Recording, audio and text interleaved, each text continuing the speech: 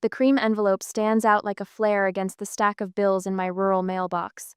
My fingers brush over the gold embossing, heart quickening as I recognize the Gentry family crest stamped in the corner.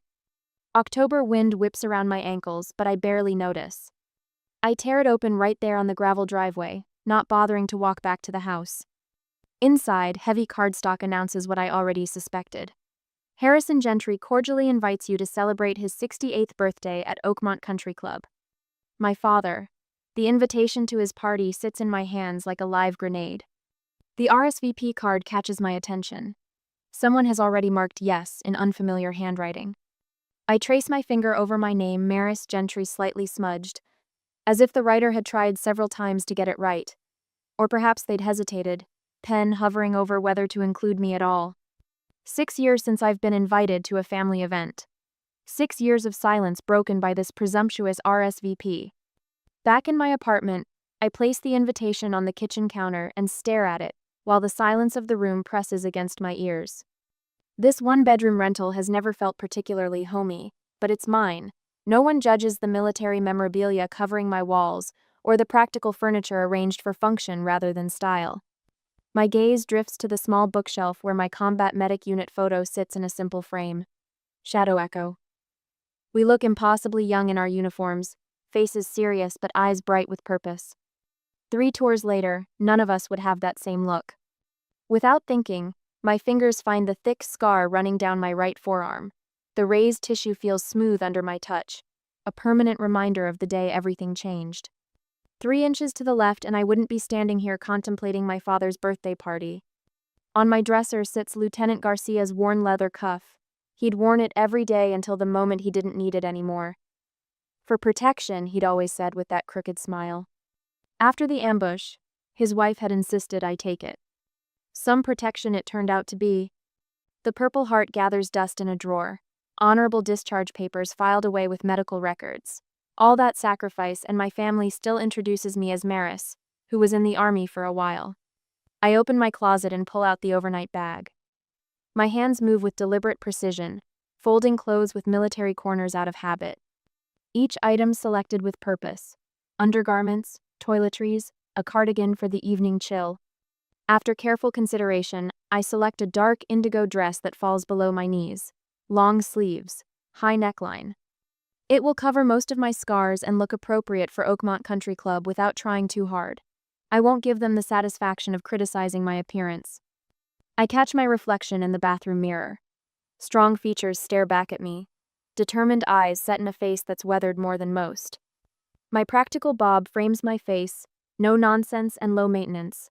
Not the carefully highlighted perfection my sister Ivy maintains, but serviceable. The invitation rests against my bedside lamp. A ticking bomb disguised as a peace offering. My phone rings, startling me out of my thoughts. Cousin Nash, the family fixer. Maris, glad I caught you. His voice carries the forced cheerfulness of a used car salesman. Just checking if you got the message about Uncle Harrison's birthday. I got the invitation. I keep my voice neutral. Great, great. So, how's your current situation? Everything stable? The careful emphasis makes my spine stiffen. My situation? Just checking in. Everyone wants to make sure you're doing well. Taking your medication regularly? The VA benefits coming through okay? The questions seem innocent enough, but something in his tone sets off warning bells. I glance at my calendar on the wall, marked with VA appointments and veteran support group meetings. Everything's fine, Nash. I keep my answers brief, suspicion growing. Good to hear. We just want to help if you need it. Family takes care of family, right? My eyes drift to the cardboard box labeled, Truth, Never Lose, tucked under my bed. Inside are military records, medical evaluations, and discharge papers documentation I've kept safe through 3 moves and countless family dismissals. After hanging up, I stand at my door, invitation in hand. The sensible thing would be to toss it, claim a work commitment, avoid the whole charade. My phone pings with a message from Ivy. Dad expects all family there. I flash back to childhood dinner tables where Harrison Gentry's expectations weren't requests but commandments. The heavy silence when someone disappointed him. The cold shoulder that could last for weeks. I slide Lieutenant Garcia's cuff over my scar, my armor against whatever battlefield awaits at Oakmont. Before leaving, I take one final glance at the Shadow Echo unit photo. 8 faces, 3 now gone. We'd survived firefights, roadside bombs, and evacuation missions under heavy fire. I survived worse than this, I whisper to the empty apartment. I close my door with quiet determination. If they want Maris Gentry at the family gathering, they're going to get her scars, truth, and all. On the day of my father's birthday, Oakmont Country Club rises from manicured grounds like a fortress of privilege. My Ford pickup groans between a gleaming Mercedes and an immaculate BMW, the contrast as stark as my place in this family. The valet's smile freezes when I hand him my keys, his eyes darting to his colleague with unspoken commentary. It's been well maintained, I offer unnecessarily. He nods too quickly and pockets my keys as if they might contaminate his uniform. The grand ballroom shimmers with calculated opulence. Crystal chandeliers reflect off polished surfaces, creating a kaleidoscope of wealth. I adjust Lieutenant Garcia's leather cuff, ensuring it covers the scar completely. The weight of eyes follows me across the marble floor, assessing, measuring, finding fault. Ivy materializes before I reach the bar, her designer dress flowing like liquid silver. Her appearance is a military operation of its own, hair highlighted to perfection, makeup flawlessly applied, jewelry catching light at strategic angles. You came. Her air kiss doesn't disturb a single strand of her hair. You brought a wrap, right? For your arm? The concern in her voice doesn't reach her eyes. I don't need a wrap. But the children might. She stops as our mother approaches. Lorraine Gentry glides toward us, diamonds winking from her ears, throat, and wrists. Her smile tightens when it lands on me. You actually came. How unexpected. Her gaze travels from my sensible shoes to my indigo dress, cataloging each element that fails to meet her standard. Try not to mention, you know. Over there. She tilts her head toward a cluster of Harrison's business associates. You mean my military service? I keep my voice neutral. Don't be difficult, Maris. Not tonight. Lorraine squeezes my arm just above the cuff. Harrison has important people here. A photographer circles the room, gathering family members for portraits. Before I can protest, Ivy steers me behind a massive floral arrangement blooming with white orchids. The lighting's better for you here, she says, rearranging my position. What she means is that I'm partially hidden, a footnote rather than a full sentence in the family composition. Harrison Gentry stands at the center of every photograph, his silver hair and tailored suit projecting authority. When I step forward for the family portrait, his eyes acknowledge me without warmth. Maris. My name sounds foreign on his lips. Happy birthday, Dad. His nod is both acknowledgement and dismissal. Don't let the kids see that scar, Lorraine whispers as we pose. It's upsetting. Across the room, a man in an expensive suit watches our interaction. I recognize him as my father's attorney, the one who handles all family situations. His observation isn't casual. Nothing in this room happens without purpose. I retreat to the bar, order water, and watch the carefully choreographed dance of family politics. Conversations shift when I approach. Groups close ranks, creating physical barriers. Ivy's children, Trevor and Paige, avoid eye contact, clearly instructed about how to handle Aunt Maris. Great turnout, Cousin Nash says, appearing at my elbow. His phone angles slightly toward me as he speaks. Everyone who matters is here. The emphasis isn't subtle.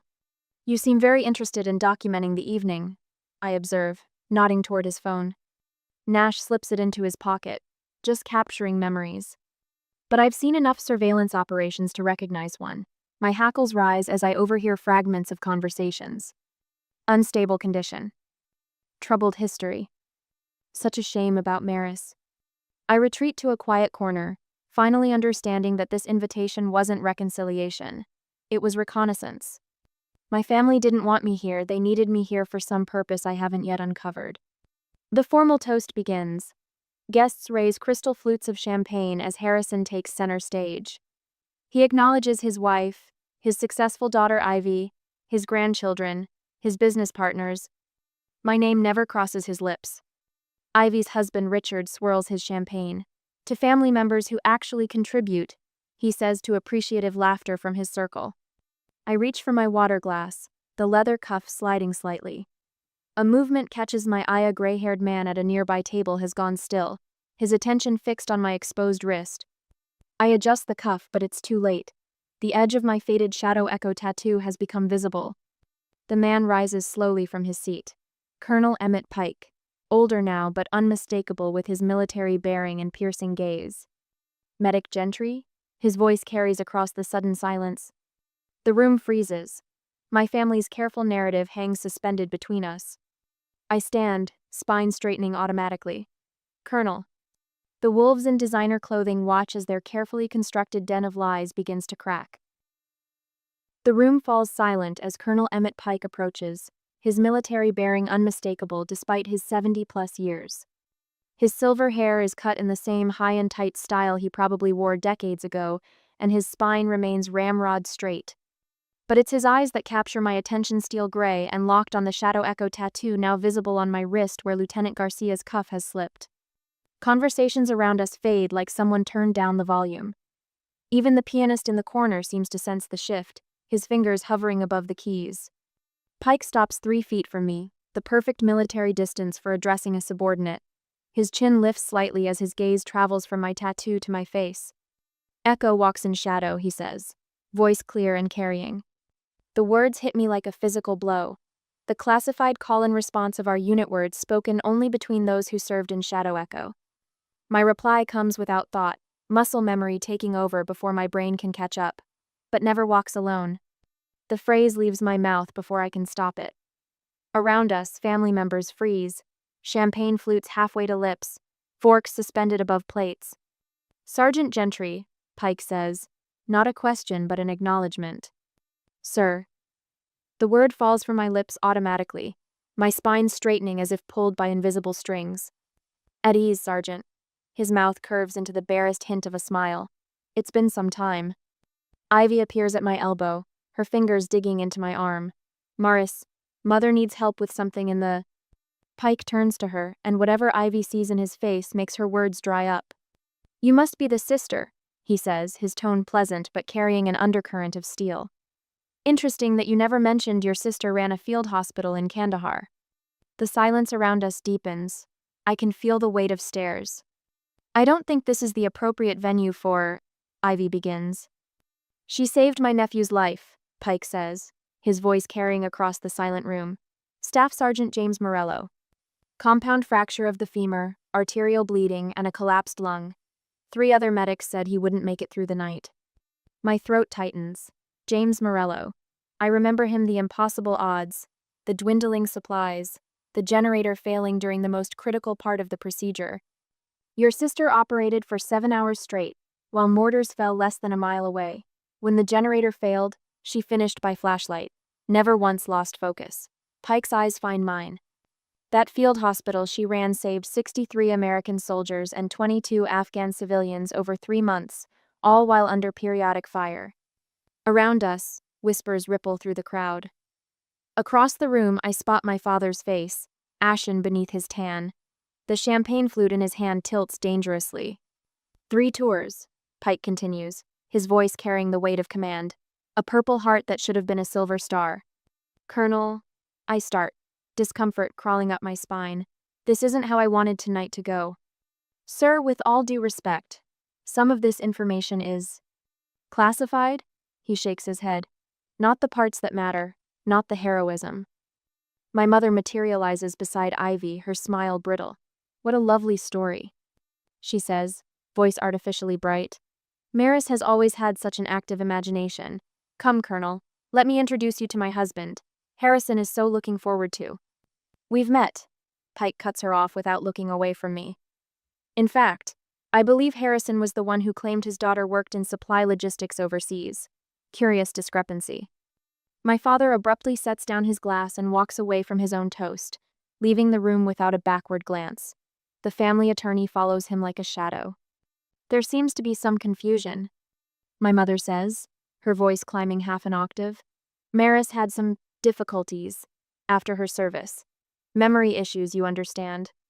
Pike's eyebrow rises a fraction of an inch. Memory issues, he repeats flatly. This isn't the place, I murmur, suddenly aware of the spectacle we're creating. Sir, perhaps we could. Perfect place, I'd say. He gestures toward a table in the corner where 4 men and 2 women sit watching us. Some people you should meet, Sergeant. Fellow veterans who'd appreciate the chance to thank you properly. My mother's hand clamps on my arm. Maris needs to help with the cake presentation. I wasn't aware the guest of honor had cake duties, Pike says mildly. Something shifts in my chest, a loosening of chains I've carried so long I forgot their weight. I gently remove my mother's hand. I'll help after I speak with the colonel's friends, I say, meeting her gaze directly. Her eyes narrow. This isn't appropriate. I touch Lieutenant Garcia's cuff, drawing strength from the worn leather. Neither is leaving veterans waiting, Mother. Pike leads me toward the table, and the group rises in unison as we approach military habits that never quite fade. Introductions flow as they welcome me with a respect I haven't felt in years. Jack Reynolds, 101st Airborne, says a man with a prosthetic hand. Heard about your work in Kandahar from my battalion medic. Rachel Martinez, Marines, offers a woman with close-cropped gray hair. Served in Helmand Province when your unit came through in 14. One by one, they greet me, using my rank, asking about specific operations I'd long assumed no one in my civilian life would ever know about or understand. Their acknowledgement feels like oxygen after years underwater. The benefits situation treating you right? Pike asks casually as we sit. VA can be a bureaucratic nightmare. I blink, caught off guard by the shift in topic. It's manageable. What's your current disability rating? Asks Reynolds, his tone conversational but eyes sharp. 70%? I answer automatically. For the injuries from the Ghazni evac? Martinez frowns. Should be higher with the nerve damage. Pike's gaze intensifies. What's the monthly payment running these days? Still holding at $19.50? Something cold settles in my stomach. How did you know the exact amount? Before he can answer, I see Nash approaching with his phone held at waist level, camera lens visible. Maris, your mother needs you, Nash calls, not bothering to acknowledge the veterans. Across the room, Ivy creates a commotion, loudly gasping over a wine spill on her dress, drawing attention away from our corner. Just a family misunderstanding. I hear someone murmur behind me. Poor Maris and her delusions. The family's tried everything. Pike slips something into my palm as he stands a business card, which I pocket without looking. We've got your 6, Sergeant, he says quietly. Call that number, tomorrow. I nod, noticing my father has returned with the family attorney. Their heads are bent in conversation, both occasionally glancing my way. Maris has been confused lately, Nash says to no one in particular. The family's considering getting her some help. The veterans exchange glances, a silent communication passing between them. Think I'll excuse myself, I say, rising from my seat. The group nods in understanding. We'll be here, Pike promises. I walk away with new purpose, not toward Nash or Ivy or my parents, but toward the hallway that leads to my father's study in the family home. The veterans' quiet nods of support follow me as I leave the main party behind. The old drawer key has rested on my keyring for 6 years, a reminder of what I left behind. Tonight, it will open doors to the truth my family tried to bury. 5 minutes later, the key slides into the front door lock with a whisper of familiarity. 6 years since I've entered this house, but muscle memory guides my hand. I slip inside, grateful for the empty hallway, everyone still at Oakmont celebrating Harrison Gentry's illustrious life.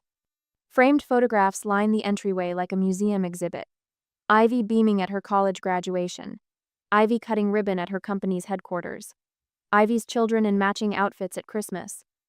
My fingers trail along the wall where gaps interrupt the display spaces where my accomplishments once hung. My high school valedictorian photo. My college graduation. My military commissioning. All removed, as if I never existed. The house breathes around me, settling noises that I recognize from childhood. The tick of the grandfather clock in the living room. The hum of the central air system. The slight creak of the third floorboard from the dining room entrance. I move with deliberate steps toward my father's office. The mahogany door stands half open, inviting and forbidding at once. I pause, hand hovering over the polished brass knob, then push forward. Harrison's office remains a shrine to self-importance. Walls adorned with certificates of achievement and photos with minor celebrities. The massive desk dominates the room, designed to intimidate anyone sitting across from him. I slide into his leather chair, the material cool against my bare arms. The seat adjusts automatically to my weight, cradling me in unexpected comfort. From this vantage point, I see what he sees: a position of authority, of control over whoever sits opposite. "Let's see what you've been hiding, Harrison," I mutter, reaching for the bottom right drawer. My hands don't shake as I insert the small brass key I've kept all these years. The lock turns with a satisfying click. The drawer slides open on silent runners, revealing meticulously labeled manila folders. I lift the first one, labeled 2016. Inside, a discharge form catches my eye immediately. My discharge form with critical details altered. Where field medic should appear, someone has typed logistics. My combat service erased with the stroke of a keyboard. Son of a bitch. The next folder contains VA disability documentation. Monthly payments of $1,950, redirected to an account I don't recognize. I flip through statements spanning 9 years, doing quick mental math. Over $210,000 of my benefits vanished. My throat tightens as I pull out bank statements showing the final destination of those funds. Lorraine's personal account. Regular transfers to Ivy's mortgage company. Tuition payments to Winchester Academy where Ivy's children attend. They stole from me to fund their comfortable lives. A third folder contains Veterans Cemetery plot reservations for Harrison and Lorraine, paid for with my stolen benefits. The irony burns in my chest. The very people stealing my disability payments planning their eternal rest on my dime. My fingers find another document. Guardianship application forms with my name typed neatly at the top. Already drafted. Awaiting submission. Attached medical evaluations declare me mentally incompetent to manage financial affairs. The psychiatrist's signature looks nothing like Dr. Ramsey's handwriting from the VA. Another forgery. A post-it note in Lorraine's handwriting. File after birthday gathering. Lawyer suggests we need one more incident report. The final document outlines plans to liquidate my assets once guardianship is secured. My apartment, my truck, my savings, all to be managed by Harrison as my guardian. My jaw aches from clenching. The family that couldn't be bothered to acknowledge my service now plans to profit from it after erasing the truth of what I endured. I photograph each document methodically, angling my phone to capture every detail. My hands remain steady, training, taking over, despite the fury building inside me. Each betrayal documented with military precision. I text the photos to Colonel Pike with a simple message. Shadow Echo Protocol, evidence secured. His response comes immediately. Acknowledged, safe house ready. The distant sound of car doors slamming snaps me to attention. They're back from the party. I replace each document exactly as I found it, aligning papers precisely, maintaining the illusion that nothing has been disturbed. The drawer closes with a soft thud, lock engaged, key pocketed. I move silently through the kitchen to the back door, the same exit I used as a teenager sneaking out to meet friends Harrison didn't approve of. The handle turns smoothly under my palm. Outside, the night air cools my flushed skin. I circle around to the street where my pickup waits, sliding behind the wheel just as headlights sweep the driveway. Back at my apartment complex later that night, exhaustion settles over me like a heavy blanket. I trudge up the stairs, keys jingling in my hand. A white envelope protrudes from my mailbox. No return address, just a Boise, Idaho postmark. Inside, handwritten words on simple stationery. Dear Maris, Luis is 17 now, wants to be a nurse. He keeps your picture on his desk while he studies. He says you showed him what courage looks like. I know your family didn't see you, but we did. With eternal gratitude. Maria Hernandez. I press the letter to my chest, feeling the paper crinkle against my heart. Somewhere in Idaho, the little boy I carried through gunfire remembers me, sees me, while my own family worked to erase me. The truth sits in my phone now, undeniable evidence of their betrayal. But this is evidence too, of a different kind of family, the kind you find, not the kind you're born to. I slip Lieutenant Garcia's cuff off my wrist and place it beside the letter on my kitchen counter. From now on, I won't need to hide my scars anymore. And in a week I will gather the evidence to fight them and win eventually. Next week, the Veteran Roast coffee shop smells of rich espresso and fresh-baked pastries. Colonel Pike sits across from me, his weathered hands resting beside a manila folder that looks thin but carries the weight of my future. The morning crowd bustles around us, Civilian lives continuing while we wage a different kind of war. Your documentation is meticulous, Gentry, he says, voice carrying the same authoritative tone that once directed battlefield operations. Military precision. I tap my fingers against the folder. Had to be. They've been careful. Pike's gaze shifts to the door as it swings open. A woman enters stall, with silver-streaked black hair twisted into a sensible knot. Her charcoal pantsuit radiates quiet competence. Catherine Wells, Pike says, rising slightly as she approaches. Best veterans advocacy attorney this side of the Mississippi. Wells slides into the booth beside Pike without ceremony. She takes my measure with one swift glance, the kind that catalogs every detail without judgment. Colonel Pike mentioned your situation. Her voice carries the slight rasp of someone who's argued too many cases before too many judges. Your family diverted disability benefits for 9 years? I nod, sliding the folder toward her. Documentation's all there. Bank statements, forged medical evaluations, guardianship paperwork they were preparing. Wells flips through the pages with practiced efficiency.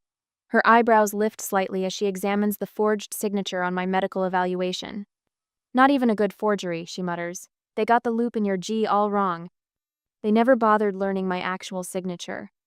The coffee shop door swings open again. 3 men enter, moving with the synchronicity of people who've trained together. Staff Sergeant Rodriguez, Corporal Winters, Private First Class Mendez. Shadow echo, the surviving members. The cavalry arrives, Pike says with grim satisfaction. Rodriguez slides in next to me, his prosthetic leg bumping against the table. Sorry we're late, traffic was a nightmare. Winters and Mendez grab chairs from nearby tables. Within moments, our small gathering has transformed into something that feels like a field operation planning session. We've all written statements, Rodriguez says, tapping a folder of his own. Character testimonials, observations from our tours together. Mendez nods. The CO signed one too. Said Maris was the best damn field medic he'd ever seen. My throat tightens. The validation feels foreign after years of family dismissal. These men who saw me blood-soaked and terrified, who trusted me with their lives, understand my worth in ways my blood relatives never bothered to. Wells examines each testimonial with the same careful scrutiny she gave the financial documents. These will help establish credibility against any claims of mental incompetence. My phone buzzes in my pocket. The screen lights up with Nash's name, the 5th call today. They're getting nervous, I say, declining the call. They should be, Wells replies. Elder financial abuse carries serious penalties when it's targeted at a disabled veteran. She shakes her head. The court won't look kindly on that. The phone buzzes again with a text from Ivy. We need to talk. I'm outside your apartment. Open up. I show the message to the group. They're escalating. Wells looks up from her notes. Good. Let them panic. Panicked people make mistakes. Your mother left 3 voicemails this morning, Pike adds. Crying about family misunderstandings and how your father only wants to help you. A bitter laugh escapes me. 11 years in the service. Purple Heart. And they think I need their kind of help. The phone rings again. Harrison's attorney this time. Should I answer? I ask Wells. She nods. Put it on speaker. Say nothing committal. I accept the call, placing the phone in the center of the table. Maris. The attorney's voice oozes false concern. Your father is very worried about recent developments. He feels a family discussion might resolve these misunderstandings. What misunderstandings specifically? I keep my voice neutral, military calm. These accusations about financial matters. There's a perfectly reasonable explanation for everything. Rodriguez shifts beside me, jaw clenched. Winters stares at the phone with narrowed eyes. I'm listening, I say. Perhaps we could discuss this privately. Say, tomorrow? Your cousin Nash offered to mediate. I meet Wells's eyes. She nods slowly. Fine. Nash can come to my apartment tomorrow at noon. The relief in the attorney's voice is palpable. Excellent. I'll let him know. After ending the call, Wells leans forward. We'll wire you. Get him talking about the guardianship plan. He'll be recording too, Pike warns. Let him, Wells says. Difference is, our recording will be legal since you'll be a knowing participant in your own home. Mendez grins. Set the trap, then watch them walk right in. The next afternoon, I check the recording device hidden beneath my simple blue button-down. The apartment feels smaller with Nash's 6-foot frame taking up space in my living room. The family's concerned, Maris. His voice carries the same patronizing tone he uses with elderly clients. Your behavior lately seems erratic. I sit across from him, Garcia's leather cuff visible on my wrist. How so? These accusations. The sudden interest in financial matters. He leans forward, voice softening to a conspiratorial whisper. We understand your condition can make things confusing. My condition?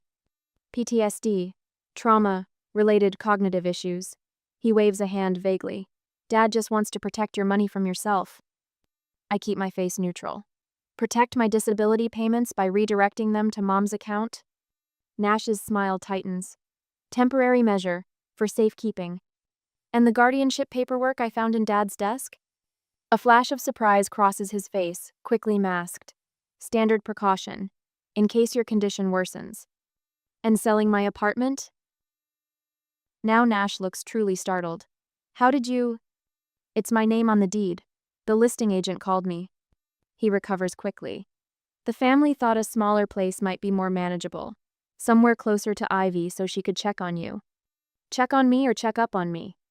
Nash sighs, the sound of a man dealing with a difficult child. Maris, be reasonable. You're clearly not equipped to manage your affairs.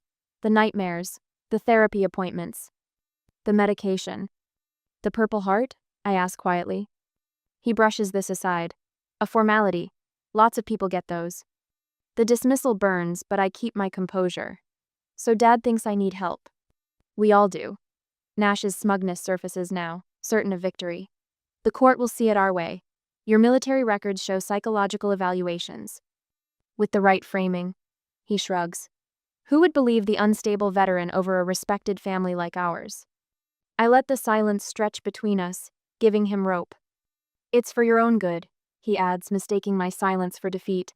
You're damaged, Maris. Let us help you. The confession I need, captured forever. Something cold and certain settles in my chest. I think we're done here, I say, rising from my chair. Nash stands, adjusting his expensive tie. Think about what I said. Fighting this will only make things harder. After he leaves, I touch the hidden recorder. In my bedroom, the dress uniform hangs pressed and ready. The truth box sits open beside it, metals gleaming against worn cardboard. My phone rings Harrison's number. I don't answer. Instead, I take out Luis's mother's letter, reading the familiar words one more time. My son lives because of you. No matter what anyone says, you saved what matters most. I place Garcia's leather cuff beside my Purple Heart, two symbols of battles fought and survived. Tomorrow, we face the courtroom. Tonight, I prepare for war. Next day, the marble steps of the county courthouse feel cool and solid beneath my feet as I ascend them in full dress uniform. Each polished button catches morning light. Each medal tells a story they tried to erase. Lieutenant Garcia's leather cuff peeks from beneath my sleeve, no longer hiding my scars but complementing them. Behind me, Colonel Pike and 7 Shadow Echo veterans form a quiet phalanx. Their footsteps echo in perfect rhythm with mine. Through the heavy oak doors, past security, down the center aisle of courtroom B, I feel eyes tracking McCourt officials nodding with subtle respect, strangers straightening in their seats. Then I see them. Harrison, Lorraine, and Ivy huddle with 3 attorneys in expensive suits at the plaintiff's table. My father's shoulders stiffen as I approach. Lorraine's fingers flutter to her pearl necklace. Ivy's perfect makeup doesn't hide her sudden pallor. All rise, calls the bailiff. Judge Eleanor Thornton enters, her silver hair pulled into a severe bun. Her gaze sweeps the courtroom, pausing at the Shadow Echo veterans filling the back rows, then at my family, before settling on me. Interesting family dynamic, she murmurs, almost to herself. Let's proceed. Sergeant Ford takes the stand first. His prosthetic leg catches against the witness box as he settles in. Specialist Gentry was the finest combat medic I ever served with, he states, voice carrying to every corner. When our convoy hit that IED outside Kandahar, she evacuated 6 wounded under heavy fire. One of them was me. The courtroom absorbs his words in silence. She managed a field hospital from the back of a moving Humvee while we took fire. 17 hours straight, no breaks, no complaints, just saving lives. Harrison shifts in his seat. Lorraine stares at her hands. The VA representative approaches next, presenting spreadsheets on the overhead screen. Monthly disability payments of $1,950 were diverted from Specialist Gentry's account to this family trust. He explains, pointing to highlighted transfers, totaling $210,600 over 9 years. The financial expert follows, tracing the money through family accounts: Ivy's mortgage payments, private school tuition for her children, Harrison's country club membership renewals. Then Nash's recorded voice fills the courtroom. Your dad just wants to protect your money from yourself. Once we get the guardianship approved, we can sell that depressing apartment. Ivy stands suddenly. Your Honor, my sister has always had emotional issues since high school. This vendetta is just another manifestation of her. I have evidence pertaining to that claim. I interrupt, my voice steadier than I feel. I approach the evidence table, placing my truth box beside the financial records. The metal clasps click open with quiet finality. Inside, neatly organized, lies the documentation of a lifetime of betrayals. I withdraw a yellowed essay with red annotations in my English teacher's handwriting. This is my original scholarship essay for Bryn Mawr College, I explain, handling it carefully. Dated and graded 3 weeks before applications were due. I place it beside a printout from the college archives. This is the identical essay my sister submitted 2 days later, word for word, resulting in a full scholarship that should have been mine. Ivy's attorney tries to object, but Judge Thornton silences him with a raised hand. I think we've established a pattern, she says, her voice like steel wrapped in velvet. Her ruling comes swiftly. Family assets frozen, $187,000 in restitution ordered with interest, permanent ban on guardianship filings against me. Harrison's face turns ashen. For the first time in my life, I see fear in his eyes, not for me, but for himself. His carefully constructed reputation crumbles before him. Lorraine weeps, but her tears find no sympathy here. Ivy exits quickly, avoiding reporters gathering in the hallway. Colonel Pike touches my shoulder. What now, Specialist? Not going back to that house, I say. The words taste like freedom. 6 months later, I stand at a podium addressing veterans about financial exploitation. Garcia's leather cuff now displayed proudly alongside my medals rather than hiding my scars. A young veteran approaches afterward, eyes bright with purpose. You helped me find my voice, she says simply. In my new apartment, Luisa's mother's letter hangs framed beside my unit photo, not as a reminder of what I lost, but of what I found. I don't need your recognition anymore, I had told Harrison on that final day in court. The truth speaks for itself.